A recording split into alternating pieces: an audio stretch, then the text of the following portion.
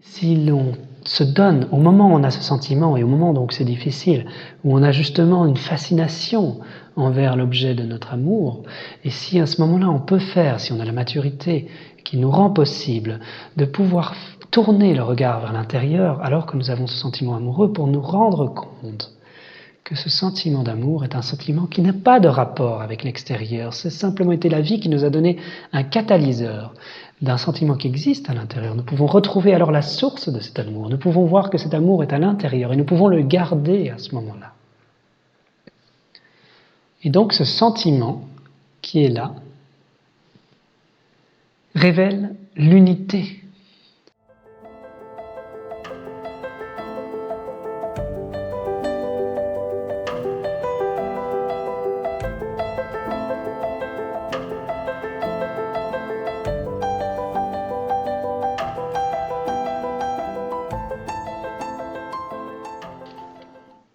Si quelqu'un est amoureux, et il y a des êtres qui tombent amoureux,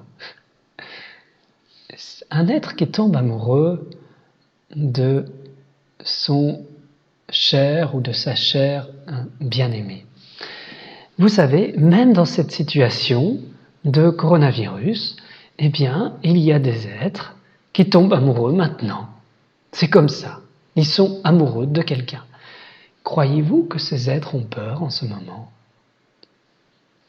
Croyez-vous que ces êtres, en ce moment, quand ils voient les médias, ce n'est pas sûr qu'ils ont forcément envie d'allumer tout le temps leur télévision dans cet état-là, mais croyez-vous qu'en tout cas, quand ils voient passer des informations par des proches et tout, parce qu'ils entendent, etc., croyez-vous que cela perturbe leur sentiment intérieur ? Croyez-vous que fondamentalement, ils ne se sentent pas bien en ce moment ? Pourtant, au niveau de l'esprit masculin, ça semble être illogique, ça semble ne pas coller avec la réalité. Oui, on dit l'amour rend aveugle, pour le mental certainement. Et heureusement, il inonde le mental, il l'aveugle.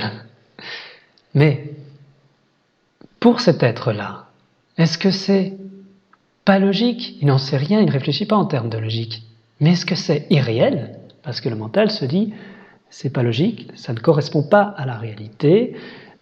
Pour le moment, le monde va mal, ne me fait pas dire que le monde va bien. Ok, mais cet être qui vit, qui est dans un sentiment amoureux pour l'instant,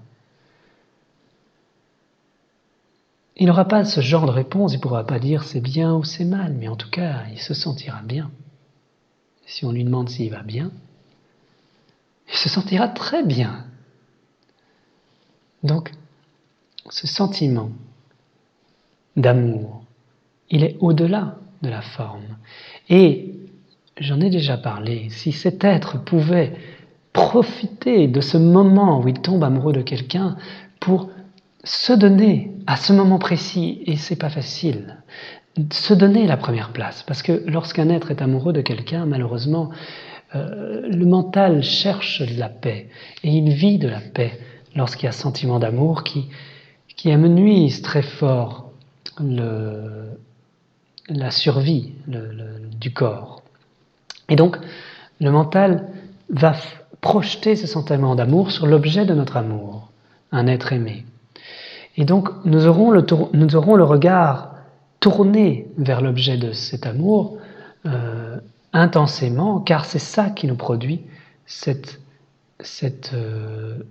sentiment de liberté, mais c'est à la fois ce qui causera la perte de ce sentiment de liberté. Car tout objet, par nature, s'émancipe, évolue, et ne reste pas comme ça en l'état. Donc ce sentiment ne peut pas perdurer à partir du moment où le mental projette ce sentiment à l'extérieur de soi. Mais si l'on se donne, au moment où on a ce sentiment et au moment donc c'est difficile, où on a justement une fascination envers l'objet de notre amour, et si à ce moment-là on peut faire, si on a la maturité qui nous rend possible de pouvoir tourner le regard vers l'intérieur alors que nous avons ce sentiment amoureux pour nous rendre compte que ce sentiment d'amour est un sentiment qui n'a pas de rapport avec l'extérieur, c'est simplement été la vie qui nous a donné un catalyseur d'un sentiment qui existe à l'intérieur. Nous pouvons retrouver alors la source de cet amour, nous pouvons voir que cet amour est à l'intérieur et nous pouvons le garder à ce moment-là. Et donc ce sentiment qui est là, révèle l'unité. Cette unité qui n'existe pas en rapport avec le corps, qui embrasse le corps aussi, mais qui n'est pas enfermée, disons, dans l'expérience humaine, dans la condition éphémère du corps, mais qui traverse l'expérience humaine, qui touche le centre du cœur, qui traverse et pénètre le centre du cœur, le centre énergétique du cœur. Et lorsque vous êtes touché par cela, lorsqu'il existe ce toucher, alors le mental peut être mis un peu de côté, même si votre vision pénétrante et toute votre part masculine ne peut pas tout à fait embrasser ce qui est dit, qui n'est pas que le mental, hein, part masculine, c'est pas ce que j'ai dit, mais il y a des outils quand même dans ce mouvement qui parfois sont plus mentaux. Eh bien, même si vous pouvez ne pas l'utiliser, vous pouvez le mettre de côté parce que vous ressentez quelque chose à l'intérieur de vrai. Et là, alors, nous pouvons développer. Nous pouvons commencer à partager quelque chose qui, d'un certain point de vue, est plus vivant.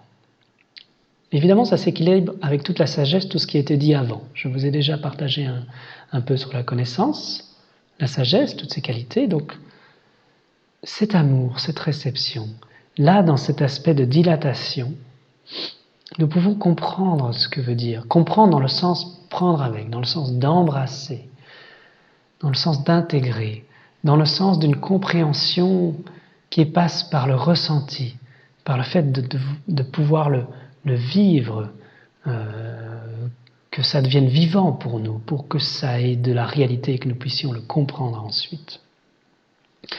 Eh bien, cet amour divin, cet aspect universel, fondamentalement, en ce qui me concerne, je tente simplement d'employer les mots qui peuvent peut-être le plus résonner, mais amour divin, amour universel, pour moi ça n'a pas de sens, parce que cet amour est l'univers, cet amour est le divin.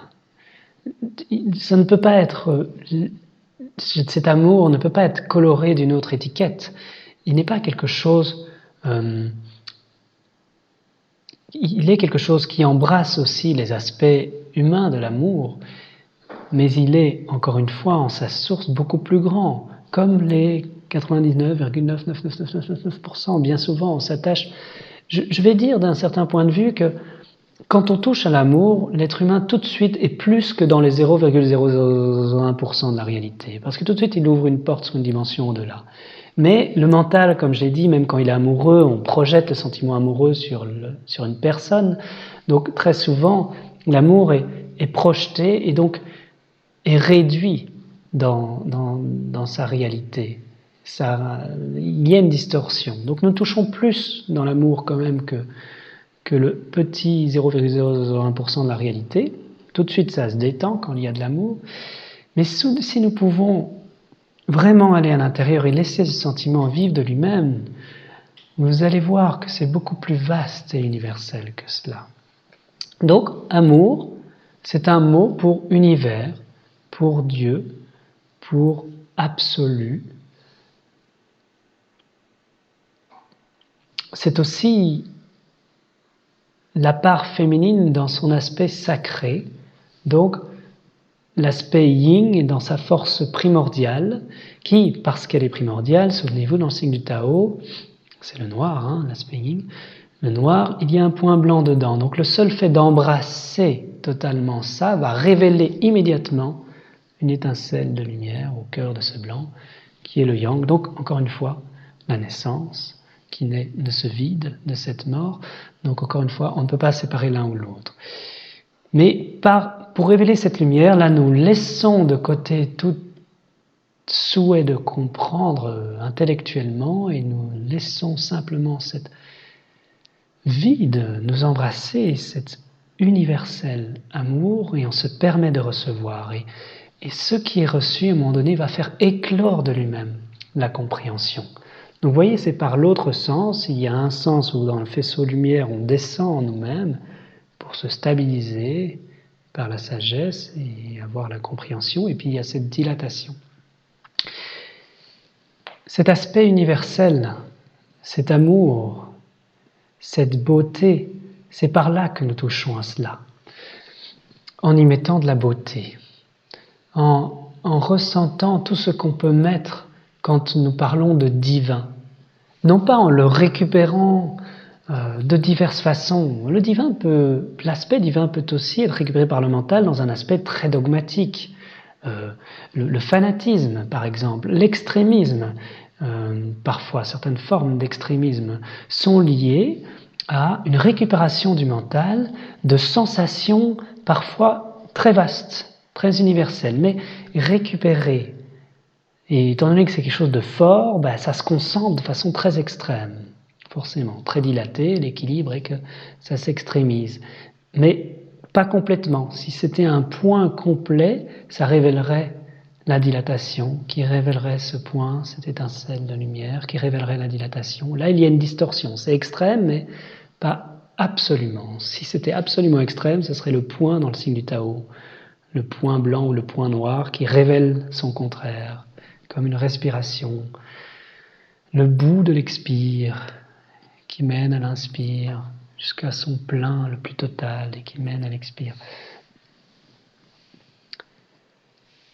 Donc c'est universel, cet amour, on peut le laisser vivre de lui-même sans le récupérer. Et là, il y a la beauté. Et là, il y a le divin. Il y a le divin sans récupération. Il n'y a pas une forme précise qu'on mettrait sur ce divin. Cela ne veut pas dire que nous ne pouvons pas symboliser ce divin. Nous pouvons voir le divin en tellement de choses, en toutes choses. Donc nous pouvons le symboliser. Nous pouvons en voir son reflet. Mais ce reflet n'est certainement pas exclusif. Il est unique, car toute forme est unique, mais pas exclusif. Donc, nous ne récupérons pas à ce moment-là. Et nous pouvons rester à l'intérieur, et nous pouvons comprendre, avoir du sens, donner du sens à cette beauté, à ce divin, à cet universel. Et là, en ouvrant ces portes-là, nous pouvons alors laisser quelque chose de plus vaste nous imprégner. Là, nous tombons dans quelque chose de magique, mais magique dans son sens le plus élevé. Nous parlons de divin. Nous parlons de quelque chose de beau. Nous parlons de beauté. Comprenez-vous ce que je veux dire par le mot beauté ?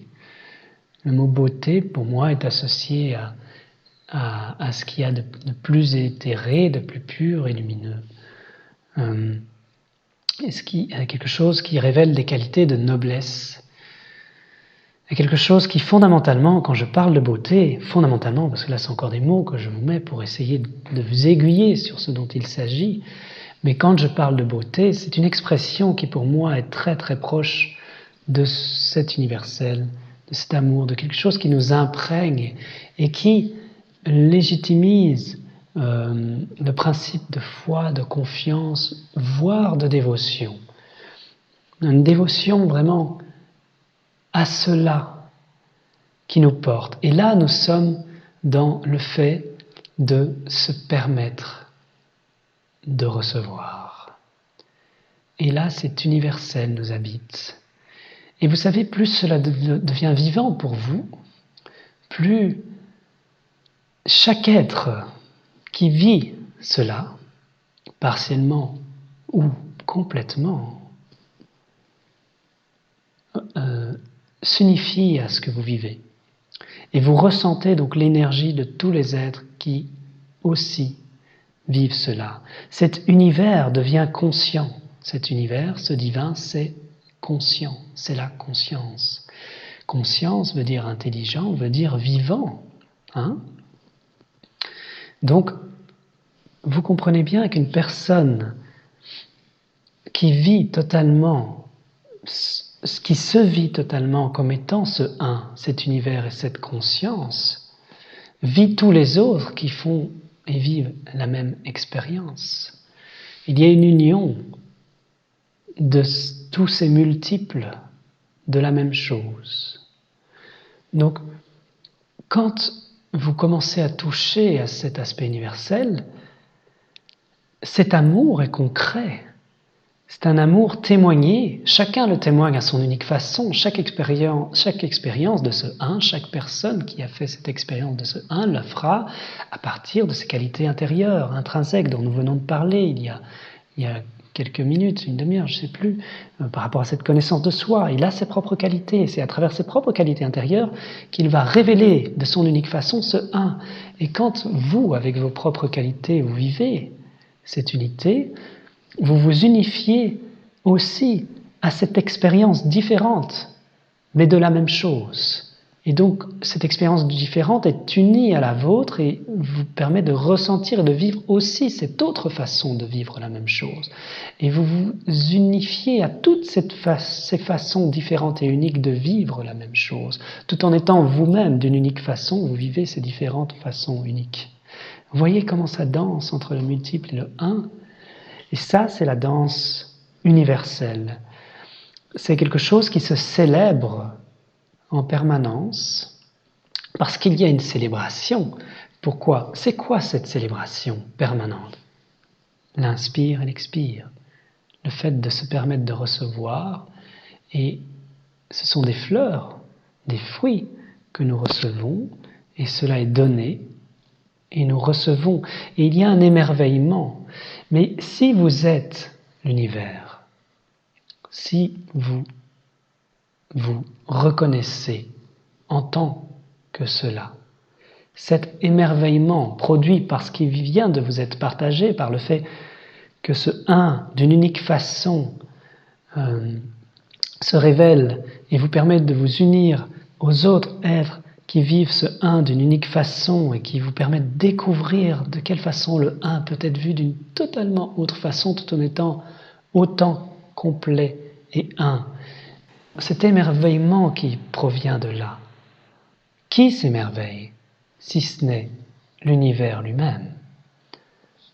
Donc, l'univers produit l'expérience d'émerveillement par le seul fait d'exister d'une unique façon.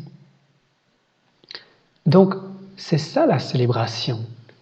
C'est quoi ? C'est le seul fait de vivre.